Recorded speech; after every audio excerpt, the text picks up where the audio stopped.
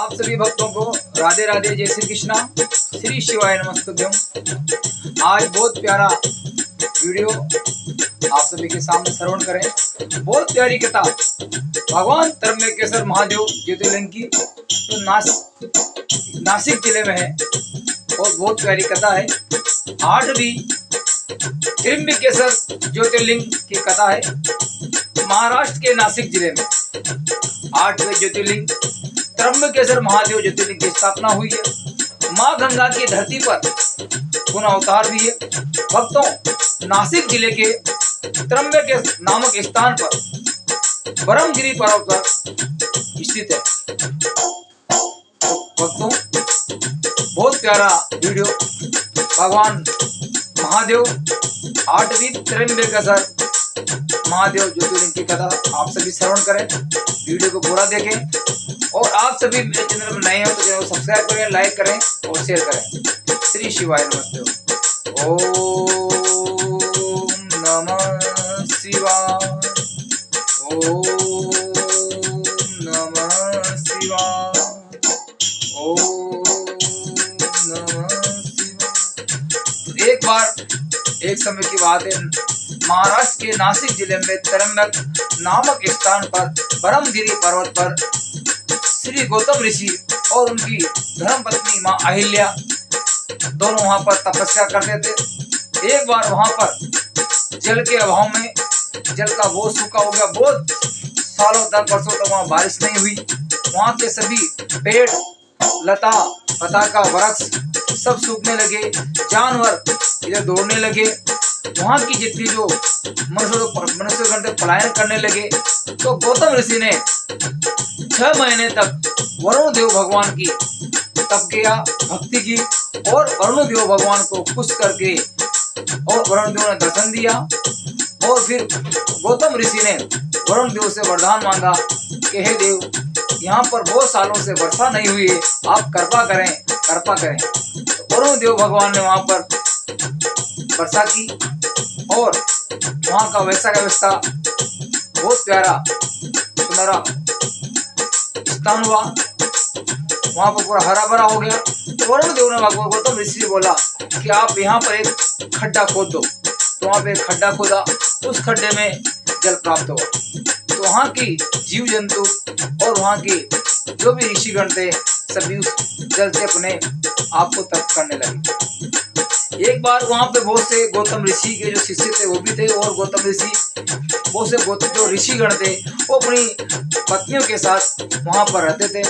एक बार एक समय की बात है, एक गौतम ऋषि कुछ शिष्य जल लेने गए। गौतम ऋषि कुछ शिष्य जल लेने गए और वहां पर जो अन्य ऋषिगण थे उनकी पत्नियां भी वहां पर उसी खड्डे में जल लेने आई। तो वहां पर उन गौतम ऋषि शिष्यों को जल लेने नहीं दिया और उनकी जो ऋषिगण की जो अन्य पत्नियां थी उनको बोला पहले हम जल लेंगे। तो ऐसा बातें जब चल रही थी तो वहां पर गौतम ऋषि की धर्म पत्नी माता अहिल्या पहुंच गई और उन्होंने उनको समझाया, लेकिन उनका समझाना उनके लिए भारी हो गया। उन ऋषि पत्नियों ने माता अहिल्या का अपमान किया कि आप अपने शिष्यों की पक्ष ले रही हो। तो उन सभी ऋषियों की पत्नियों ने अपने पतियों के पास जाकर, ऋषियों के पास जाकर, वहां पर जाकर उनका जो बात हुई उनको बताया। माता अहिल्या ने जो बोला उनको बताया और एक की दो बढ़ाकर बताई कि माता अहिल्या ने हमारा अपमान किया और जल लेने नहीं दिया। तो उस समय उन ऋषियों को गौतम ऋषि से बदला लेने की उन्होंने सोचा, हम उनको नीचा कैसे दिखाएं, बदला कैसे लें। तो उन्होंने सभी ऋषियों ने मिलकर भगवान गणेश जी की तपस्या की। भगवान गणेश जी को प्रसन्न किया और गणेश जी भगवान प्रसन्न हुए और उन्होंने ऋषियों से कहा कि मैं आपकी तप से, आपकी भक्ति से प्रसन्न हूँ, आप वर मांगिए। तो गणेश जी ने और उन ऋषियों ने गणेश वर मांगा।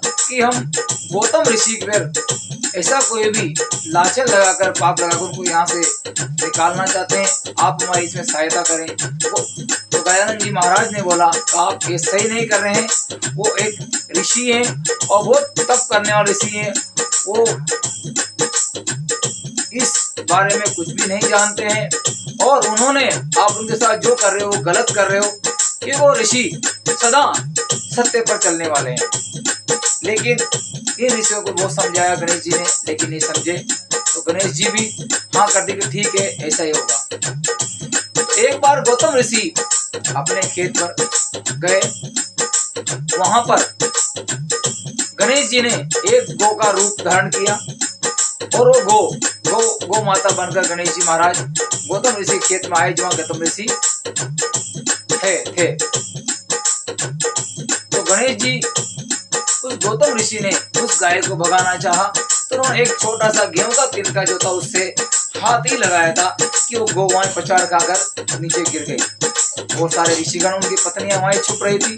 तो उन्होंने सबने मिलकर गौतम ऋषि पर गौ हत्या का पाप लगा दिया और उन्होंने कहा कि आप यहाँ से प्रस्थान करिए, आप गौ हत्या रहे, आपने गौ हत्या की है और हम यहाँ पे जो भी हवन करेंगे वो में हमारे पितरों हमारे देव उसको ले नहीं पाएंगे, हमारी हवी तो आप यहाँ से निकल जाइए। तो गौतम ऋषि को ब्रह्मगिरी पर्वत से उन ऋषियों ने सबने मिलकर निकाल दिया। पास में ही एक पर्वत था, वहां पर उन्होंने जाके तपस्या की, वहां पर जाकर गुजारा करने लगे। लेकिन वो ऋषिगण सभी वहां पर पहुंच गए। वहां पर जब पहुंचे तो उन्होंने उनको वहां से भगाना चाहा। तो गौतम ऋषि ने बहुत उनसे विनती की आप मेरी शुद्धि के लिए कुछ उपाय बताइए। तो उन्होंने सभी ऋषियों ने गौतम ऋषि को उपाय बताया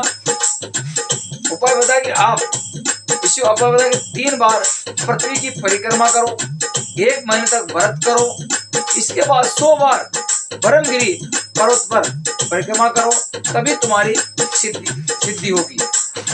नहीं तो अगर ये नहीं कर पाओ तो ये करो, आप गंगा जी को इस धरातल पर लाकर उनके जल से स्नान करो, 1 करोड़ पार्थिव शिवलिंग का पूजा करो, भगवान शिव का तप करो, इसके बाद फिर से गंगा जी में स्नान करो और 100 गणों से पार्थिव शिवलिंग का अभिषेक करो।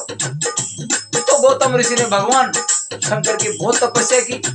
तपस्या करने के बाद भगवान भोलेनाथ माता पार्वती के साथ उन गौतम ऋषि को दर्शन दिया और दर्शन देने के बाद भगवान भोलेनाथ बोले गौतम ऋषि से कि हे गौतम, मैं तुम्हारी तपस्या से खुश हूं, आप वर मांगिए। तो गौतम ऋषि ने बोला हे प्रभु, हे दीननाथ, हे मेरे महादेव, मुझसे बहुत बड़ा पाप हुआ है, मैं गौ हत्या रहा हूं, आप मुझे इस शुद्धि के लिए उपाय बताइए।